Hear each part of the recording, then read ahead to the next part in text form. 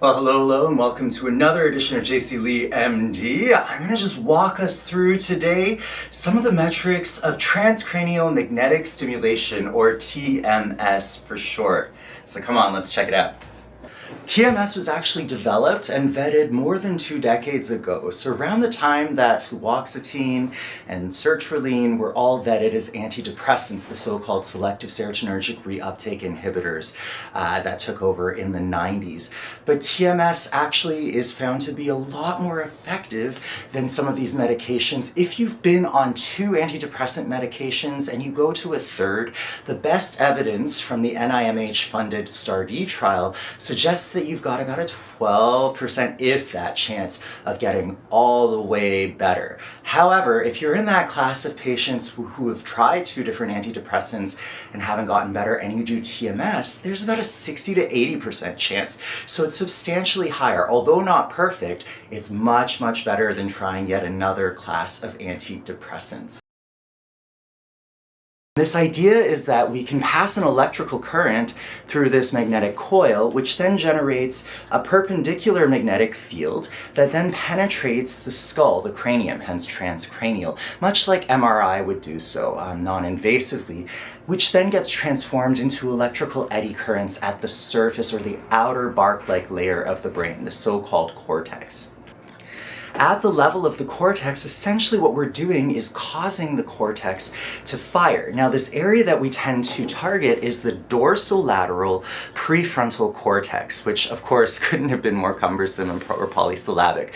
So I just call it the left forehead, and it is the seat, it's thought to be the seat of our executive functioning, that so-called, ability to strategize, the CEO of our brain, to strategize, to delineate, a course of action, attention, memory, planning, all of that good stuff that tends to go a little offline when we become depressed. So the idea with TMS is that we are bringing the dorsolateral prefrontal cortex activity back online, that then gives us that ability cognitively and experientially to punt away some of those depressogenic thoughts.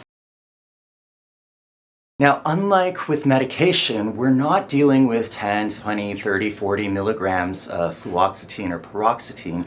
Instead, we are calibrating the machine to the level of intensity required to actually stimulate the brain. Now, there's no real obvious output of the dorsolateral prefrontal cortex unless we do what's called TMS EEG, and then we can actually visualize cortical activity in the DLPFC. So what we do as a proxy is we look at the motor cortex. We place the coil over that strip of the brain, the motor homunculus, and we deliver taps.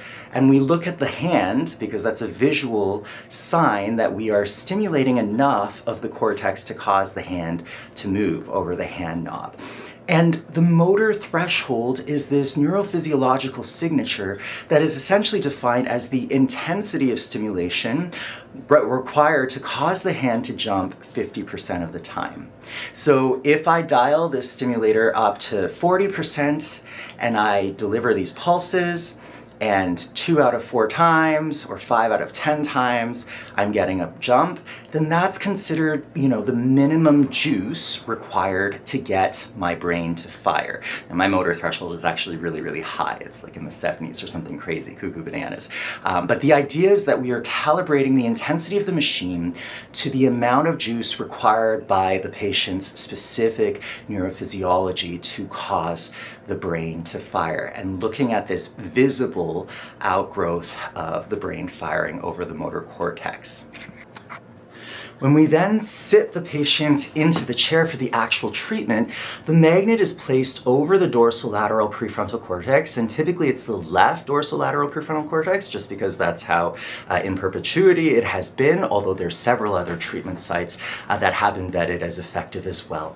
And over the left dorsolateral prefrontal cortex, typically we aim for 120% of the motor threshold. So again, the motor threshold being the minimum juice of the stimulator required to cause our hand to jump 50% of the time.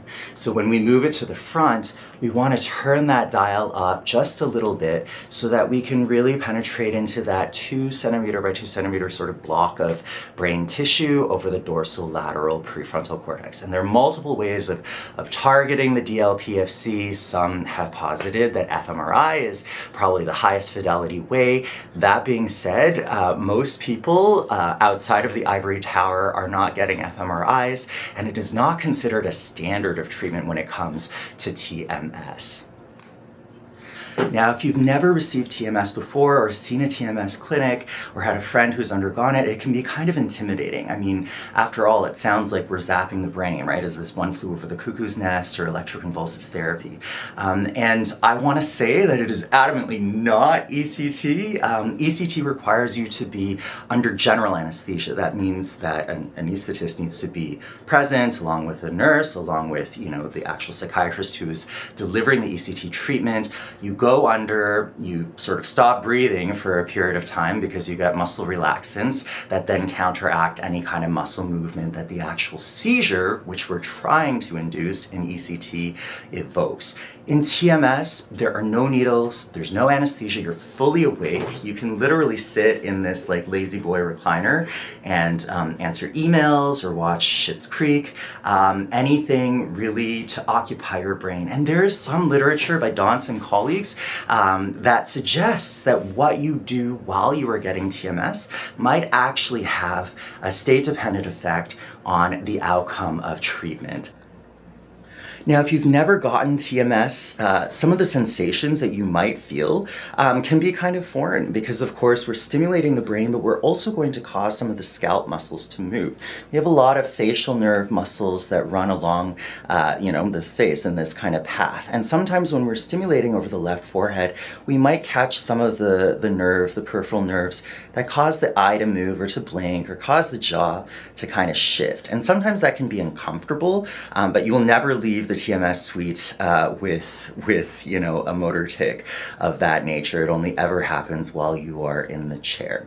And you can imagine after a while, if your scalp is tensing, releasing as the stimulator is going on, you might feel a bit of lactic acid, just as you would if you were to run or walk or use a specific set of muscles again and again and again. Now, any kind of TMS related headache is usually about a 2 to 3 out of 10 intensity. It's usually not a really intense kind of headache. Anything above that is probably more so, related to some other kind of process, perhaps like anxiety related to being in the chair, or other kinds of superordinate aspects. I think beyond sort of scalp discomfort or muscle movement in the face and the eye, many people will talk about changes in their energy. And I would say maybe about 1 out of 10 people will find that after they get their treatment, they will feel a bit more energized, almost like they've had like a venti coffee or something like that. And some people may find that it's harder to get to sleep or their sleep is a bit more broken for the first few days of treatment. But 9 out of 10 people, I would say, tend to leave the TMS chair and then go on and in the afternoons around 2 to 3 really feel that sense of like, ooh, I am tired, I need a nap. But ironically, many of those people are not able to fall asleep at that time, which is actually a really good thing because then they're able to defray the nap to the evening where they then sort of set off their sleep drive and have a nice consolidated period of sleep through the night. And over time, over the first week or so of treatment, first week or two, usually sleep and energy start to consolidate where you get more kind of reliable, durable energy during the day and then more reliable, consolidated sleep at night. People will talk about how, I get up, once or twice a night to go to the bathroom, but I'm able to fall asleep again right after. Or, I used to get up at 4 o'clock every day in the morning, even though, I set my alarm for 6 and I could never fall back asleep. But now, even if I do get up, I'm able to get back to sleep in about 15 minutes or so. Perhaps the most serious side effect of TMS is that related to seizure. Now, Part of the reason why we calibrate the intensity of treatment over the dorsolateral prefrontal cortex to 120% motor threshold is that we don't want to crank it up so high that we create a larger area of stimulation that then back propagates to the motor cortex, which could then lead to, sort of seizure activity where we're actually stimulating at high intensity this whole motor strip to cause the muscles to contract. Now, seizures happen at a rate of like 1 in 30,000, and in the literature, typically the people who have had seizures are people who have had seizures before, so they have a known history of epilepsy, or people who are withdrawing from substances like alcohol or are actively abusing cocaine or ecstasy, which would induce seizures potentially in and of their own accord. Very rarely will a person just have a seizure de novo, and it does not mean that they can't drive or have to report to the DMV per se in a TMS setting. It is a very discrete, clinical episode that is different from the kind of epilepsy and precautions that we would need to take. If a seizure were to happen, and I've certainly never seen it happen in any of the thousands of people and treatments that I've delivered, typically what is recommended is that we turn the stimulator off, and 99.9% of the time people cease to seize. But of course, any other medical treatment that would be needed, the physician on hand would be able to deliver, the EMS tech would be able to deliver that in concert with any emergency personnel. I would say the biggest side effect of TMS, bar none, is not the risk of seizure. It is not the risk of headache or discomfort or muscle movement or changes in energy, but it is the encumbrance of having to deal with prior approval processes. Some of the aspects of TMS that I really love as a provider are that it is a very discrete and localized treatment. That is to say, we have a sort of neurobiological target of the DLPFC, which is kind of rare if you think about it in psychiatry, because usually it's like, here's a medication, it's going to affect maybe some monoamine neurotransmitters like serotonin, dopamine, or norepinephrine in your brain, but it's also going to hit a lot of the receptors in the body. And you can think of like SSRIs or selective serotonin reuptake inhibitors. They tend to have, sort of global effects like nausea or, diarrhea, and then also potentially some sexual side effects, which are probably the most noxious of the SSRIs, which as a class are generally pretty benign otherwise. And so if we're really dealing with the neurophysiology of the DLPFC, we're having a localized treatment, we're not getting these broad, generalized, interventions or issues with triggering or targeting other monoamine neurotransmitters in the rest of the body.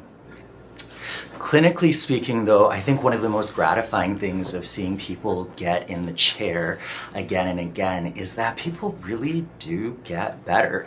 Whether it's because of the electrophysiology or electromagnetic stimulation, this non-invasive, sort of benign kind of treatment, or the sheer act of coming into clinic day over day over day over day. TMS is heavily labor intensive, so you do come in 5 days a week for roughly 6 to 7 weeks, depending on how many sessions your insurance will pre-approve. And it really doubles, in my mind, as sort of like an IOP or PHP light, without all the therapy that goes on. And the treatments can last between a few minutes up to half an hour or even longer than an hour, depending on the complexity and the number of targets and the person's willingness and also the team's willingness to treat to that extent. But no matter which way you slice it, I mean, speaking as a provider who's now practiced, over a decade in both Canada and the States, I can honestly say that people who recover from TMS really do seem to have that durable recovery where they're able to get up and get going with their day. Maybe outwardly it's not that different, but when they talk qualitatively about their experiences, it's like, yeah, I can set the alarm and get up and get out of bed without the agonizing kind of go-between, oh, do I really want to do this, or am I just going to wallow in my existential duress? People talk about being able to enjoy being present with their children, with their family members, with their loved ones, to really start to, think, plan and execute certain things that maybe have fallen by the wayside. Things like setting up dinner dates with neighbors, or booking a spa day, a few weeks in advance to look forward to, or having the energy to go back to the gym, or realizing that they now have energy and space and margin and time to go pursue some of the hobbies that they love. One of the best aspects of TMS that I love as a provider is that I get to see patients day in, day out, or have a point of contact. I have an excuse to call people and be a nagging Asian mom. Like, have you booked something fun for yourself today? I'm really recommending that you do something fun. And that's actually pretty fun, to dream up ways that people can enjoy their time. Maybe it's drawing again because they used to do it when they were in high school, but then because of life and real life adulting, etc., they let it fall by the wayside. Or maybe it's, I used to have this really good friend and she moved away, but recently I reconnected. Okay, go for a walk at Laguna Beach, or go visit the Getty. Why don't you guys get back together and rekindle those friendships and those relationships? So it becomes really funny. In a way, it's almost the anti-Asian mom. Instead of like do your homework and work hard, it's like go play. And I get to do that every day, sometimes to the chagrin of the patients that I see, but most of the time people take it well. Another incredible aspect of delivering TMS is that I get to do it as part of a team. So the TMS psychiatrist is not a solo practitioner. I mean, I'm not a solo practitioner. I get to work with amazing TMS technicians who are really lively, an amazing bunch who just know the patients really well and get really invested. It becomes almost sort of like a surrogate social network, and we all know, the names of each other's pets, and we ask how we're doing, to the extent possible, with boundaries, of course, with clinical boundaries, but people really get invested, and that sense of connection of like, I know you, I see you, I'm invested in your recovery, I think is really, really therapeutic. And it's somewhat different from, I know it's qualitatively and experientially very different from like, okay, here's a prescription, I'll see you in 2 months in my outpatient clinic for half an hour. All in all, what I tell the people that I see in my clinic is that, if my cousin, if my niece, nephew, my parents were to undergo a really, really brutal season of depression, I would 100% recommend that they get in the chair. Obviously I couldn't treat them, but I would recommend and refer them to several of the TMS colleagues that I have in the area. And so if you've never considered TMS as an option, by all means reach out for a consult, either at Oak Health or SoCal TMS or UCLA.